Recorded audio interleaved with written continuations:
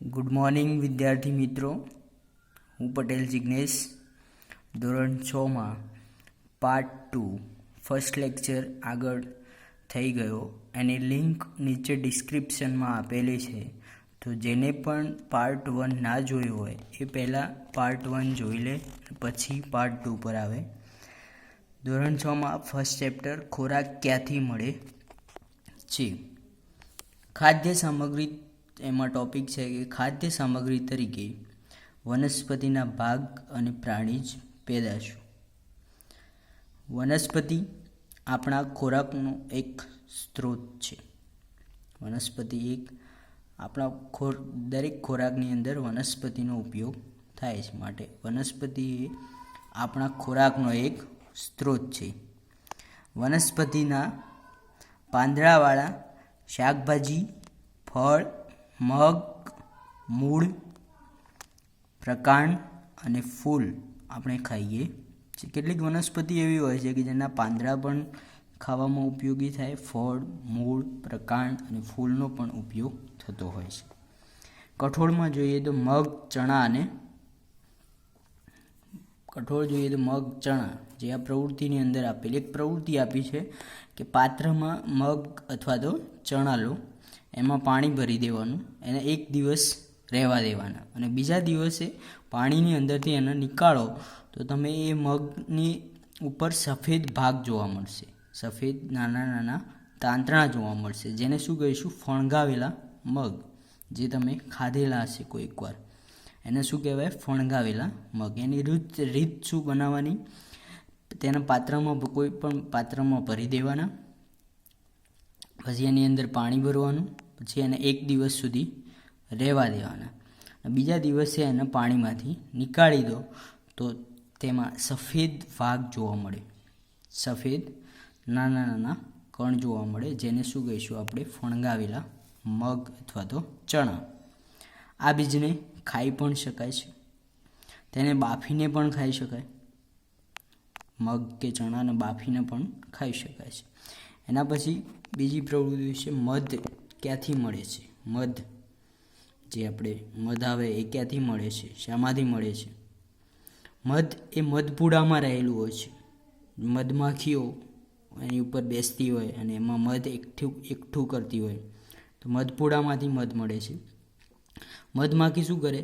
પુષ્પો પરથી મધુર રસ એકઠો કરે અને એને મધમાં ફેરવે. પુષ્પો એટલે કે ફૂલો ઉપરથી મધુર રસ ભેગો એકઠો કરે અને એને મધમાં ફેરવે અને એ મધપૂડામાં એકઠું કરે. મધમાખી મધુર રસનો સંગ્રહ કરે છે. કેમ સંગ્રહ કરે છે? કારણ કે વર્ષના ચોક્કસ સમયે જ ફૂલોની અંદર મધુર રસ જોવા મળે છે, માટે એને મધનો સંગ્રહ કરવો પડે છે. આ મધુર રસ ક્યાં આગળ સંગ્રહ થાય? મધપૂડાની અંદર, જે મધ રૂપે આપણને જોવા મળે છે. એના પછીનો લાસ્ટ ટોપિક છે આ ચેપ્ટરનો, છેલ્લો ટોપિક, પ્રાણીઓ શું ખાય છે. પ્રાણીઓ શું ખાય છે એના પહેલાં આપણે જોઈ ગયા કે મનુષ્યમાં જે ખોરાક લે છે એમાં ખોરાકની વિવિધતા જોવા મળે છે, જ્યારે પ્રાણીઓમાં પણ એવું જ છે કે ખોરાકમાં અલગ અલગ પ્રકારની વિવિધતા જોવા મળે છે. જેમ મનુષ્યમાં અલગ અલગ રાજ્યોમાં અલગ અલગ ખોરાક જોવા મળે છે, એવી જ રીતે પ્રાણીઓમાં પણ અલગ અલગ પ્રકારનો ખોરાક જોવા મળે છે. ખોરાકના મુખ્ય 3 પ્રકાર છે. એક તો તૃણાહારી, બીજું છે માંસાહારી અને ત્રીજું મિશ્રાહારી. તૃણાહારી એટલે કે વનસ્પતિ ખાતા હોય, જે પ્રાણીઓ વનસ્પતિનો આહાર તરીકે ઉપયોગ કરતા હોય તેને શું કહીશું? તૃણાહારી. માંસાહારી એટલે કે જે પ્રાણીઓ માંસનો ઉપયોગ કરતા, એકલું માંસ જ ખાતા હોય એવા પ્રાણીઓને શું કહેવાય? માંસાહારી. મિશ્રાહારી એટલે કે વનસ્પતિ પણ ખાતા હોય અને માંસ પણ ખાતા હોય એવા પ્રાણીઓને શું કહેવાય? મિશ્રાહારી. જોઈએ તો તૃણાહારી કોને કહીશું? તૃણાહારી એટલે જે પ્રાણીઓ ખોરાક તરીકે વનસ્પતિ અને વન પેદાશનો ઉપયોગ કરતા હોય એને શું કહેવાય? તૃણાહારી. જે પ્રાણીઓ ખોરાકમાં વનસ્પતિ લેતા હોય અથવા તો વનમાં રહેલી પેદાશોનો ઉપયોગ કરતા હોય, જેમ કે ફળ છે, પ્રકાંડ છે, એ બધાનો ઉપયોગ કરતા હોય એને શું કહીશું?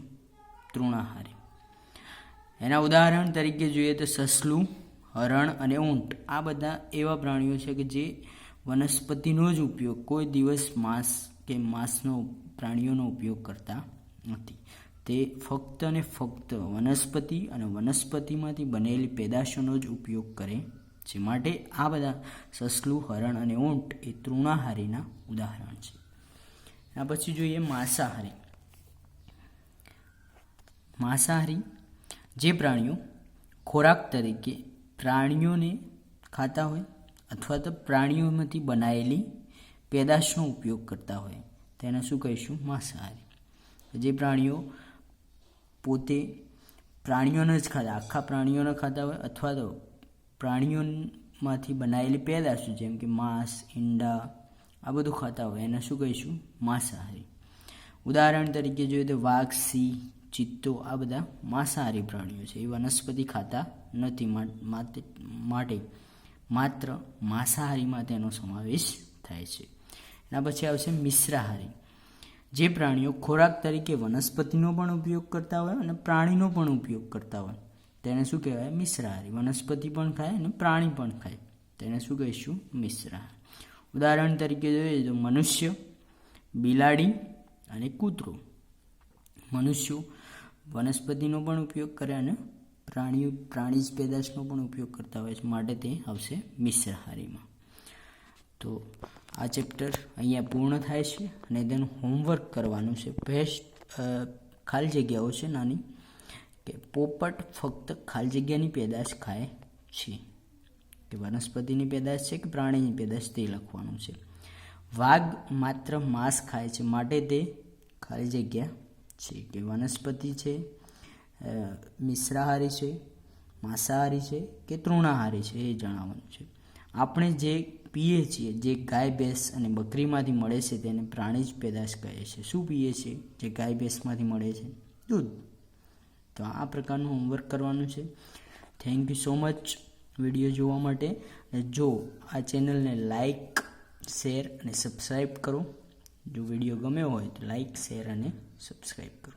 Thank you so much.